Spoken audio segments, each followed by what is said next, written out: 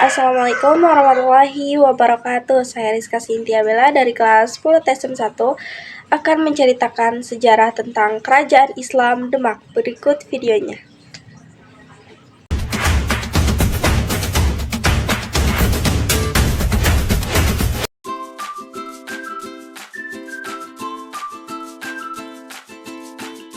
Kerajaan Islam pertama dan terbesar terletak di pantai utara Jawa sebelum menjadi kerajaan. Demak merupakan kadipatian dari Kerajaan Majapahit.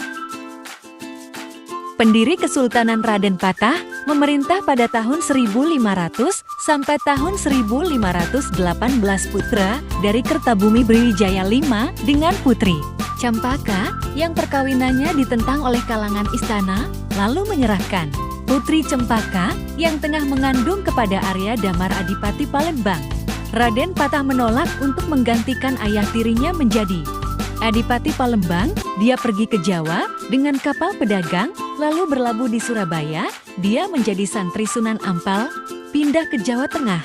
Pada tahun 1475, membuka Galagahwangi atau hutan. Bintara mendirikan sebuah pesantren banyak santri, yang membuat desa ini lambat laun menjadi ramai. Prabu Brawijaya akhirnya mengapit Raden Patah sebagai putranya dan mengukuhkannya menjadi Adapati.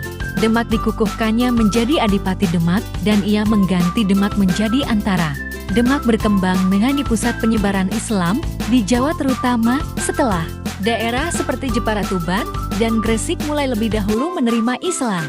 Majapahit mulai mengalami pelemahan pada pemberontakan dan berbagai daerah dan lemahnya kepemimpinan Brawijaya V yang kurang peka terhadap situasi banyak daerah atau bupati mulai memisahkan diri dari Majapahit.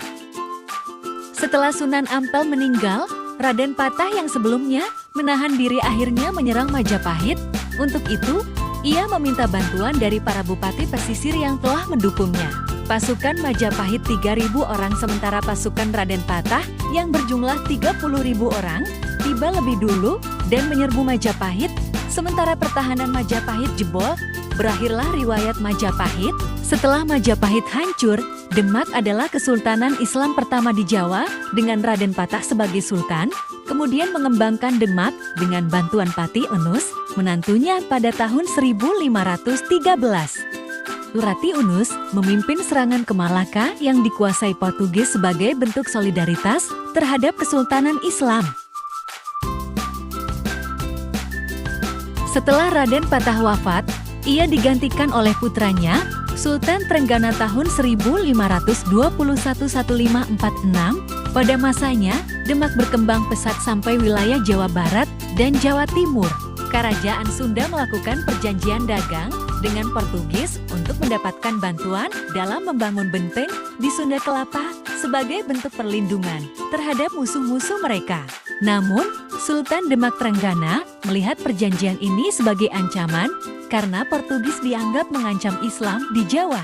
Pada tahun 1527, pasukan Demak di bawah pimpinan Fathahillah menyerang Sunda Kelapa untuk mengusir Portugis. Setelah berhasil merebut Sunda Kelapa pada 22 Juni tahun 1527, Fathahillah mengganti nama Sunda Kelapa menjadi Jayakarta, yang berarti kemenangan yang gemilang. Setelah Sultan Trenggana wafat, terjadi konflik rebutan kekuasaan di Kesultanan Demak. Arya Penangsang mengambil alih, tetapi dikalahkan oleh Jaka Tingkir Hadiwijaya, yang akhirnya menjadi sultan dan memindahkan ibu kota Demak ke Pajang. Pemindahan ini menandai berakhirnya Kesultanan Demak. Jaka Tingkir memberikan sebidang tanah yang disebut Mataram kepada Ki Gede Pemanahan. Setelah Jaka Tingkir wafat, Sutawijaya anak Ki Gede Pemanahan berhasil mengalahkan Arya Pangiri dan mendirikan Kesultanan Mataram pada tahun 1586, mengakhiri Kesultanan Pajang.